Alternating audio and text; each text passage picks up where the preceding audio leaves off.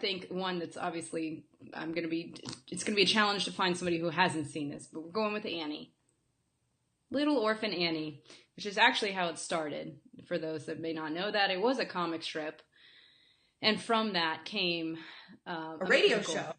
Okay, and I'm sorry, the comics, and then a radio show, which is how most people, Little Orphan Annie, kids, which, hello, Christmas story. I love it.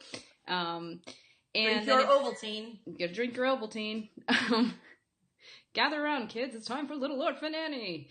And then it became a musical in the late 70s that then turned into a movie in the early 80s. But the movie is probably what most people obviously are familiar with. The original movie, I'm talking. It's a fantastic movie, obviously, that holds up for many, many generations. It's I will say it's a long movie because my nieces got it for Christmas when they were like 5. We popped it in. We were like anxious to watch it. It runs over 2 hours, which is for little kids, which I also feel like it's not really truly a kid's movie, obviously. It's more of an adult look at childhood that resonates with kids because there's some themes going on in there that maybe aren't for.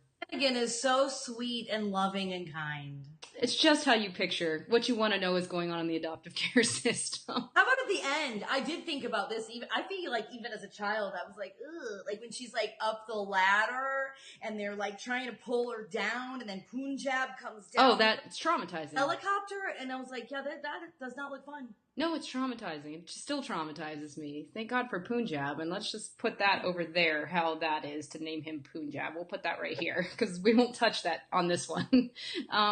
But it did have Carol Burnett and, what's his chops? Tim Burton. Not Tim Burton. No. Tim Curry.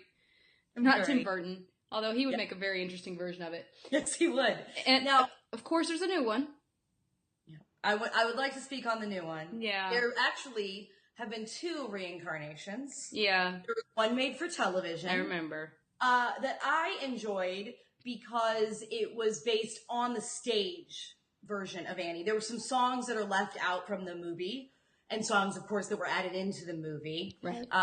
Let's go to the movies. Yep. Perfect example. In the stage play and in the version they made for television, it was the song NYC, which is actually my favorite song from Annie. So I was quite excited to see that. And it was Victor Garber singing it in the television version, which I love Victor Garber. Also in the cast was, now I have Tim Curry in my head. Alan Cumming. Oh, right. Brilliant live. Yeah, he's great. Stage actor. Kristen Chenoweth, another brilliant actor. So I do think they did a decent job with that. Bye Bye Birdie also had a TV version. It was awful. The Annie one I had on VHS for quite a while, and I would watch it some, but now I don't know what happened to those tapes. And then, of course, there's the They're at the Smithsonian.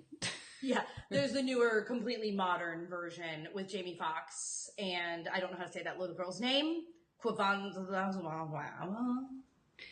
I don't know. She's the Southern Wild chick. Yeah, I know. Yeah. Yeah, I don't know how to say her name, but I thought they did a really good job with Cavillia Wallace. Cavillia Wallace, you're right. Yes.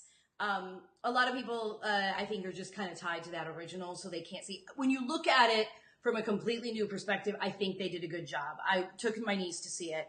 My niece has seen the old one. When I asked her which she liked better, at first she said the old one, and then she kind of changed her mind. And I think it's trying to like wrap your head around the differences. And I asked her, why do you like the new one better? And she felt like, because it was more like her, I think was kind of what she said. It was more relatable, probably. But she wouldn't say that. So I think she has said it was kind of like me. And I like the way they changed it into foster care instead of orphanage. And so anyway, I did enjoy the new one, but of course love the old one as well. No, I will say I did enjoy it too. I didn't enjoy like that I get that they have to do it. Some of the creative liberties of like, let's have Jamie Foxx sing a new original song just so that Jamie Foxx can basically have his own spotlight moment, which was probably not had in any of the originals. But that seemed a little bit like, meh. And I love Rose Byrne. I thought she was great in it. Yeah. And I will say that Cameron Diaz actually scared me more than Carol Burnett did. True. Totally. She played the angry drunk well, too well.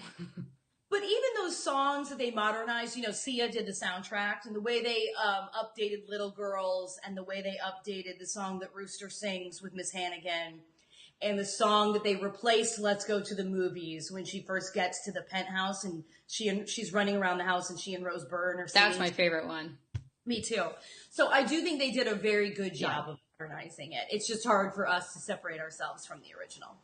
So if we can find possibly some beautiful, harmonious moment that combines all three and makes it live for TV, we're in.